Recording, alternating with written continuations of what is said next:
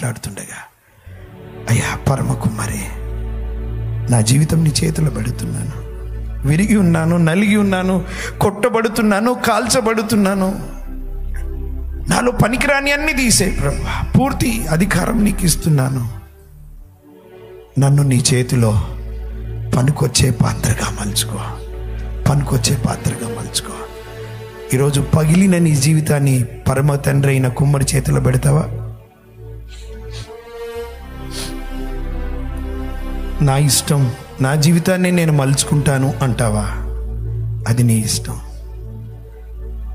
పరమ కుమ్మరి చేతిలో పెడితే మట్టిగా ఉన్న నీ జీవితం, ఏ విలువలేని జీవితం విలువ వచ్చే పాత్రగా మార్చేస్తాడు ఆయన. హల్లెలూయా. నీ బలహీనతలను చూసుకొని బాధపడకు. అబ్రహాము ముసలివాడే, దేవుడు వాడుకున్నాడు.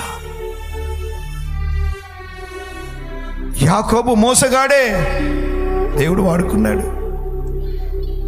మోషే నత్తి పెదవులు గలవాడే, కుమ్మరి చేతిలో పెట్టగానే జీవితం మారిపోయింది, వాడుకున్నాడు. గిద్యోను పిరికివాడే, బలాఢ్యుడిగా ప్రభువు నిలబెట్టినాడు.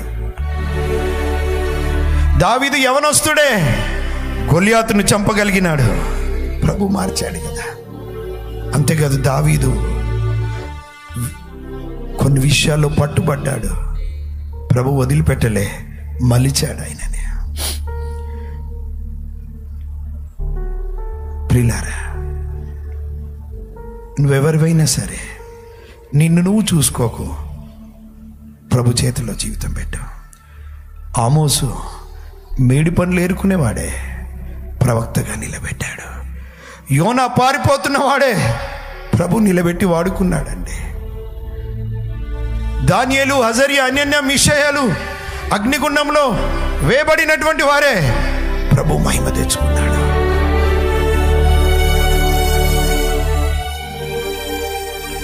మత్తయి సుంకరే ప్రభు వాడుకున్నాడు.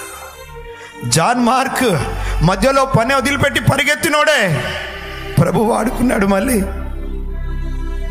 లూకా డాక్టర్ గారే వాడుకున్నాడు.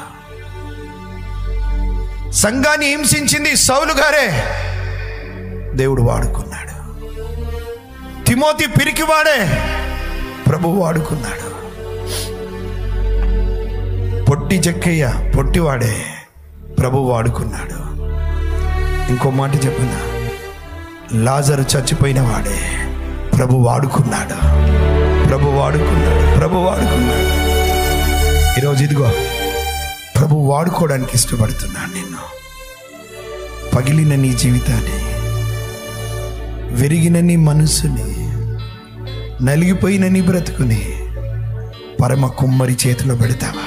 ఇలా ఎన్నోసార్లు నా జీవితంలో ఆ కుమ్మరితో అన్నాను, నాకు ఈ పరిచర్య ఇష్టం లేదు, నాతో కాదు. అంతేకాదు, ఎన్నోసార్లు ఆయన చిత్తానికి వ్యతిరేకంగా వెళ్ళిన సందర్భాలు ఉన్నాయి. కానీ గొప్ప విషయం ఏంటో తెలుసా ప్రియులారా? ఆయన విడిచిపెట్టలేడు ప్రియులారా, విడిచిపెట్టలే. విడిచిపెట్టలే, త్రోసివేయలే. ఇది పనికిరాని ముద్దరా అని అటు పారేయలే. ప్రభు పట్టుకున్నాడని గనుకనే రోజు నిలబడ్డా. ఒకవేళ ఆయనే తప్పిదంలో లెక్క పెడితే ఎక్కడ నిల్చుండే వాళ్ళమండి? ఎప్పుడో నాశనమై ఉండేవాళ్ళం. కానీ గొప్ప విషయం ఏంటో తెలుసా? ఒకరోజు మా నాన్న ఇంటికి వెళ్తే నా కొరకు ప్రార్థన చేస్తున్నాడు. వీడు మాకు చాలా ఆయాసకరంగా ఉన్నాడయ్యా, వీడిని తీసుకో ప్రభా, వీడిని చంపేయి అని ప్రార్థిస్తూ ఉన్నాడు. అంతకు బాధ పెట్టినాను ప్రియులారా. ఈ భౌతికమైన తండ్రి విసుగు చెంది కోపముతోనో లేకపోతే వేదనతోనో ఆ మాట నిండొచ్చు. కానీ గొప్ప విషయం చెప్పనా, ఈ తండ్రి బాధపడిన, ఆ పరమ తండ్రి బాధపడుతున్నా నన్ను త్రోసివేయలేదండి, పడివేయలేదండి, నాశనం చేయలేదండి. వీడు ఇంతేరా, వీడు బలహీనుడు, ఈ సోలమన్ గాడు బలహీనుడు అని నా చేతిలోంచి పారయ్యా, పనికిరాని వాడిని నా చేతులతో తాకుతూ వాని లోపల పని చేస్తూ పనికిరాని వాణ్ణి నా మహిమ కొరకు వీన్ని పనికొచ్చే పాత్రగా చేసుకుంటానని తన చేతులతో తాకుతూ తన నీటిని వాక్యం చేత తన ఆత్మ చేత అంతరంగంలో కార్యము జరిగిస్తూ ఆ పరమ కుమ్మరి చేతిలో ఒక పాత్రగా నన్ను ఇక్కడ నిలబడిన ప్రతి దైవ జనం చేసుకున్నాడండి. ఆయన మీ జీవితంలో అదే కార్యము చేశాడు కదా, అదే కార్యం చేశాడు కదా, అదే కార్యం చేశాడు కదా. ఓ రెండు చేతులెత్తి స్తోత్రం చెల్లిస్తామా? స్తోత్రం స్తోత్రం చెల్లిస్తామా? ఆయన ప్రేమ, ఆయన కృప, ఆయన దయ, ఆయన వాత్సల్యత, ఆయన కనికరము, ఆయన జాలి స్తోత్రం చెల్లిస్తామా? హల్లెలూయా గట్టిగా నండి ప్రియులారా. నోరారా పొగడండి ఆయననే, మనసారా పొగడండి ఆయననే. దేవానికి స్తోత్రమయ్యా నండి ప్రియులారా. ఓ చప్పలు కొడితే స్తోత్రం చెల్లిస్తామా? హల్లెలూయా గట్టి కొడదాం ప్రియులారా. హల్లెలూయా అందాం.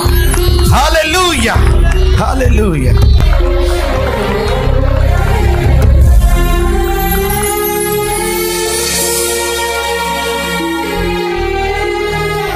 ప్రియమైన యవన బిడ్డ, యవనస్తుడా, ఈ మధ్యాహ్నం దేవుడు నిన్ను దర్శించినటువంటి సమయం, నా తండ్రి నీతో మాట్లాడినటువంటి సమయం.